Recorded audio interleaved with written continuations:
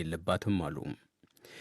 ዩናይትድ ስቴትስ በፌዴራል የበረራ ባለስልጣን አመራር ኮምፒውተር ስርዓቷ መዛባት ባስከተለው መጠነ ሰፊ እክል የተነሳ ዛሬ ጠዋት ከ4000 በላይ በረራዎችን ለመሰረዝ ተገደደች። ዜናው በዝርዝር የህዝባዊ ወያኔ ሓርነት ትግራይ በምህጻሩ ህወሓት ታጣቂዎች ከደቡብ አፍሪካ ፕሪቶሪያው የሰላም ስምምነት 2 ወራት በኋላ ትናንት ለኢትዮጵያ መከላከያ ሰራዊት ከባድ ጦር መሳሪያ ማስረከብ መጀመራቸው ተገለጠ። ግጭትን በዘላቂነት የማስወገድ ስምምነት የሚል ጥቅል ስያሜ በተሰጠው የፕሪቶሪያ የሰላም ስምምነት መሰረት ህወሓት ትጥቁን ሙሉ ለሙሉ ይፈታል የተባለው ስምምነቱ በተፈረመ በ30 ቀናት ውስጥ ነበር። የከባድ ጦር መሳሪያዎቹ ርክክብ ከመቀለ ከተማ 36 ኪሎ ሜትር ርቀት ላይ በሚገኘው አጉላ አካባቢ መደረጉ ተነግሯል። በርክክቡ የኢትዮጵያ መከላከያ ሰራዊት አባላት፣ የትግራይ ኃይሎች ከፍተኛ ጦር መሪዎች እንዲሁም በአፍሪካ ህብረት የሰላም ስምምነቱ ቁጥጥር ኮሚቴ አባላት መገኘታቸው ተዘግቧል። ትጥቃቸውን ለኢትዮጵያ መከላከያ ሰራዊት ያስረከቡት የትግራይ ኃይሎችን በመወከል የተናገሩት ኮሎኔል ሙልጌታ ገብረ ክርስቶስ በስምምነቱ መሰረት ትጥቅ መፍታት እንዲሁም ማስረከብ መጀመሩን ገልጧል። ክፍጸም ዝግብኦ ኣብ መሬት ክወርድ ዝግብኦ ናይ ዲስኣርማመንት ስራሕ መፈጸም ያለበት ትጥቅ ማስፈታት ስራ ዛሬ በአጉላዕ በተግባር ጀምረናል። በአጉላዕ ተሰብስቦ የነበረ ከባድ መሳሪያ የማስረከብ ስራ ዛሬ በይፋ ሁሉ የሚመለከተው አካል በተገኘበት ተግባራዊ አድርገናል። ሰላማዊ የርክክብ ጊዜ ነበረን። የመተጋገዝ ጊዜ ነው የነበረን። የጎደሉ አንዳንድ ነገሮች ካሉ በቀጣይነት ልናስተካክላቸው እንደምንችል ታሳቢ ተደርጎ በመሰረቱ ግን የከባድ ብረቶቹ ርክክብ በይፋ ጀምረናል ማለት ነው። ናይ ርክክብ ስርዓት ኦፊሻሊ ጀሚርናዮ አለና ማለት ነው። ከከባድ ጦር መሳሪያዎቹ ርክክብ በኋላ መግለጫ የሰጡት በአፍሪካ ህብረት ታዛቢና አረካካቢ ኮሚቴ አባል ብርጋዴር ጀነራል አድዋ ሉቡካን ፒተር በበኩላቸው የርክክብ ሂደት መጀመሩን የሰላም ስምምነቱ ተግባራዊነት ማሳያ ነው ብለውታል። መጽሔተ ዜና ዝርዝር ዘገባ ይዟል። የኢትዮጵያ ባለስልጣናት ያሰሯቸውን የሰብአዊ መብት ተሟጋቾች በአስቸኳይ እንዲፈቱ ሲል ዓለም አቀፉ የመብት ተሟጋች ድርጅት አምነስቲ ኢንተርናሽናል አሳሰበም።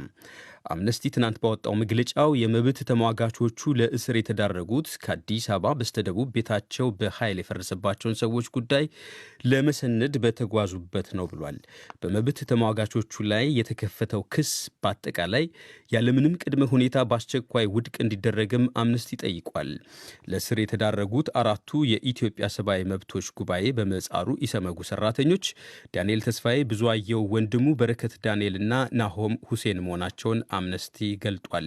ሰራተኞቹ የአዲስ አበባ ነዋሪ ምንዱባኖች በኃይል ከቤታቸው መነቀልን በተመለከተ የስነዳ ጠቃሚ ስራ ላይ ነበሩም ሲል የአምነስቲ ኢንተርናሽናል የምስራቅና ደቡብ አፍሪካ ክፍል ኃላፊ ቲጌሬ ቻጉታ ተናግሯል።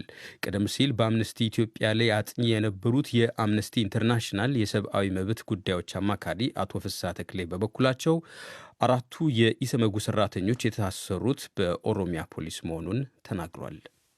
ሐሙስ ዕለት ከገና 2 ቀን በፊት ነው የታሰሩትና ከዚህ ወደ አለም ገና አካባቢ ሰዎችን የማፈናቀል ነገር አለ፣ ቤታቸውን የማፍረስ ነገር አለ የሚለውን ነገር ለማጣራት ነበር የተንቀሳቀሱት እና እዛ ሲደርሱ ፖሊስ ለምንድን ነው ያለኛ ፍቃድ የምትሰሩት ደብዳቤም የላችሁም በማለት ነው ያሰራቸው። እዛው አካባቢ ያለ ፖሊስ ጣቢያ ነው የኦሮሚያ ፖሊስ ነው ያሰራቸው። የኢትዮጵያ ሰብአዊ መብቶች ጉባኤ ታህሳስ 27 ቀን 2015 ዓ.ም በአዲስ አበባ ዙሪያ አለም ገና አካባቢ እየተካሄደ ባለው ቤት የማፍረስ ዘመቻ ምክንያት ቤታቸው የፈረሰባቸው ግለሰቦች ለተቋሙ ያቀረቡትን አቤቱታ መሰረት አድርጎ ጉዳዩን እንዲያጣሩ የላካቸው 4 ሰራተኞቹ ያለ አግባብ ታስረው እንደሚገኙበት መግለጡ ይታወሳል።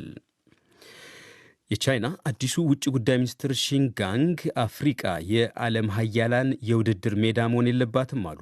ውጭ ጉዳይ ሚኒስትሩ ይህን ያሉት በ5 የአፍሪቃ ሀገራት ጉብኝታቸው አዲስ አበባ ውስጥ የፓን አፍሪቃ የጤና ተቋም ዋና መስሪያ ቤትን ባስመረቁበት ወቅት ነው። የቻይና ውጭ ጉዳይ ሚኒስትር ከአፍሪቃ የበሽታ መቆጣጠሪያና መከላከያ መስሪያ ቤት ምረቃ ባሻገር አዲስ አበባ የሚገኘው የአፍሪቃ ህብረትንም ጎብኝቷል። አፍሪቃ ለዓለም አቀፉ ትብብር ትልቅ መድረክ እንጂ የሀያላኑ ሀገራት መፎካከሪያ አውድማ መሆን የለባትም ሲሉ አጽንኦት ሰጥቷል። ቻይና በአፍሪቃ ንግድ ዋነኛ ሸሪክ ስትሆን የአፍሪቃ ህብረት ዋና መስሪያ ቤት ግንባታን ሙሉ ለሙሉ በገንዘብ ደግፋለች። ኢትዮጵያን ጨምሮ በበርካታ የአፍሪቃ ሀገራት ቻይና በዋናነት በመሠረተ ልማቶች ግንባታ ላይ ትሳተፋለች። ይህ ከቦን ከተማ የራይን ወንዝ አቅራቢያ የሚያስዳ ከኢቦላ ተዋሲ ወረርሽኝ ነፃ መሆኗን የዓለም ጤና ድርጅት ዛሬ ይፋ አደረገ። ላለፉት 42 ቀናት ኡጋንዳ ውስጥ በኢቦላ ተዋሲ የተያዘ ሰው አለመመዝገቡን ደግሞ የኡጋንዳ የጤና ሚኒስትር ሩት አቼንግ ዛሬ ለጋዜጠኞች በሰጡት መግለጫ አስታውቋል። የኢቦላ ተዋሲ ወረርሽኝ ስጋት ኡጋንዳ ውስጥ ማክተሙን የአፍሪቃ በሽታዎች መከላከያና መቆጣጠሪያ ማዕከል በእንግሊዝኛ ምጻሩ ሲዲሲ ባለፈው ሳምንት አሳውቆ ነበር። ኡጋንዳ ውስጥ ካለፈው መስከረም ወር አንስቶ በኢቦላ ተዋሲ ከተጠቁ 142 ሰዎች መካከል 56ቱ መሞታቸው ይታወቃል። ያለ ክትባትና መድኃኒት የኢቦላ ተዋሲ አፍሪካ ውስጥ ብርቱ ተግዳሮት ደቅኖ እንደነበር የዓለም ጤና ድርጅት የአፍሪካ ክፍል ኃላፊ ማትሺዲሶ ሞይቲ ተናግሯል። የአውሮፓ ህብረትና የሰሜን አትላንቲክ ቃል ኪዳን ድርጅት በምህጻሩ ኔቶ ወሳኝ መሠረተ ልማቶችን ለመጠበቅ በሚል የጋራ ግብረ ኃይል ማቋቋማቸውን ይፋ አደረጉ። የጋራ ግብረ ኃይል ማቋቋም ያስፈልገውም በዴንማርክ በኩል በቦልቲክ ባህር ውስጥ የሚያልፉት የሰሜን የጋዝ ማስተላለፊያ 2 ቧንቧዎች የመሸንቆርና ጋዝ የማፈትልካቸው ጉዳይ ላይ ምርመራ ከተደረገ በኋላ ነው ተብሏል። ጋዝ ማስተላለፊያ ቧንቧዎቹ የተሸነቆሩት ከብርቱ ፍንዳታዎች በኋላ መሆኑ ተገልጧል። አዲሱ የጋራ ግብረ ኃይል የተቋቋመው እንዲህ ያሉ ቁልፍ ስጋቶችን ለመለየት መሆኑን የአውሮፓ ህብረት ኮሚሽን ፕሬዚዳንት ኡርሱላ ፎንደር ላይን ገልጧል።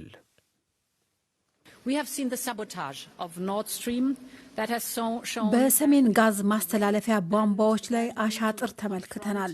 ያም መዘጋጀት እንደሚያስፈልገን ያሳያል። እንዲህ አይነቶቹን አዲስ ስጋቶች መጋፈጥ ያስፈልገናል። ስለዚህም የወሳኝ መሠረተ ልማቶችን ደህንነት ለመጠበቅ ዛሬ የአውሮፓ ህብረትና የኔቶ ግብረ ኃይልን ይፋ አድርገናል። ይህ ግብረ ኃይል የአውሮፓ ህብረትና የኔቶ ባለሙያዎች በመሠረተ ልማቶች ላይ ያሉ ቁልፍ ስጋቶችን ለመለየት ብሎም ያለብንን ስልታዊ ተጋላጭነት ለመመልከት እጅ ለእጅ የሚሰሩበት ነው።